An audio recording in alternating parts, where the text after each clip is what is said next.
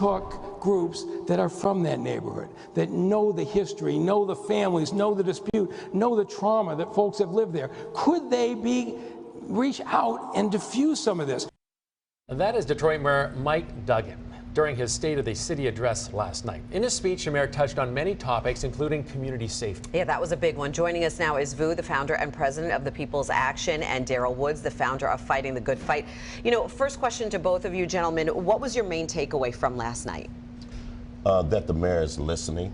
He's listening to the people.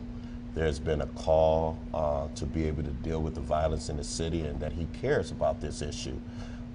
When you have the likes of Force Detroit, the People's Action and Dignity for Detroit, and all these organizations coming together and saying that we need to address this, and putting resources and tools in the hands of those who are closest to the problem, which is going to be closest to the solution, I think is a great start, and I think it's going to be revolutionary for the city.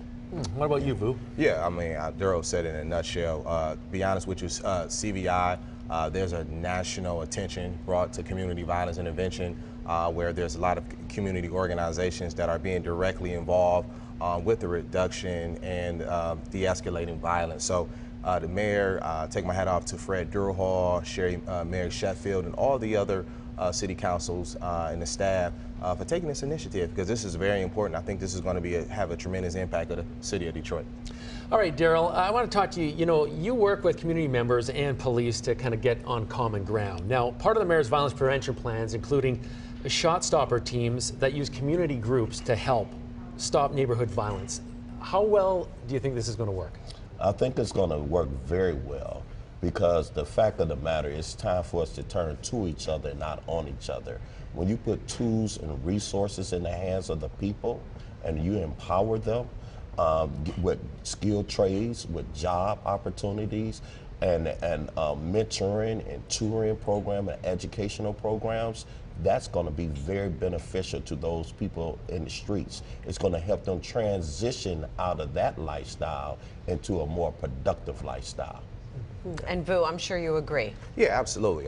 It's already been proven on a national scale. In Chicago, also in Baltimore, violence has been reduced by 20% in those communities. In fact, with my organization, we've been on a 7-mile in Greenfield, and since we've been there for a year, crime has already been reduced by 27%. So when you're doing community work and you have those organizations, and they're working also with DPD and also with the city as far as resources, there's an overall holistic approach when it's coming to community. So this is significant, and it's going to be tremendous.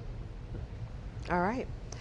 Well, I think that, you know, it's safe to say that you two both echo, you know, the same sentiments as the mayor. Do you see your organizations playing a role, and where do you see that your organizations fitting in with the mayor's plan? Well, we are already in the plan.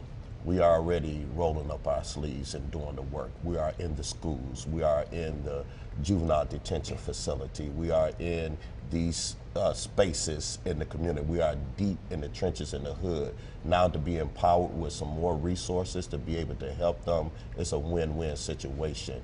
We are the shot stoppers. You know, Vu, I just want to get your opinion. The mayor was talking about, you know, demolishing vacant houses and getting more affordable housing. You know, how important is that, and do you think he's going about that the right way? Yeah, so when you're talking about vacancies in the city of Detroit, vacant houses, it's been an ongoing problem. We've been having that for decades. So that's one of the biggest issues when you're talking about abandoned houses.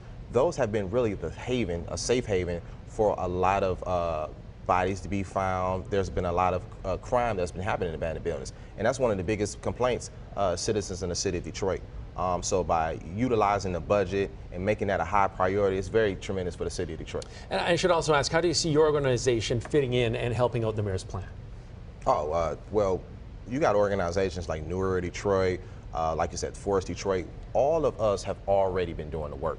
The thing is to scale up the resources to make what we're doing more robust and more impactful. And I think by them making this a priority with the community organizations, I think it's going to have a very significant uprise in terms of our involvement, but more so when you're talking about interrupting crime, interrupting the shootings that's happening, because that's a big issue.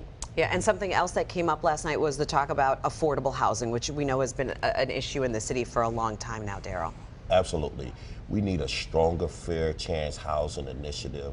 We need to make sure that when returning citizens come home from prison, that they have an opportunity to have a living wage and a place to live.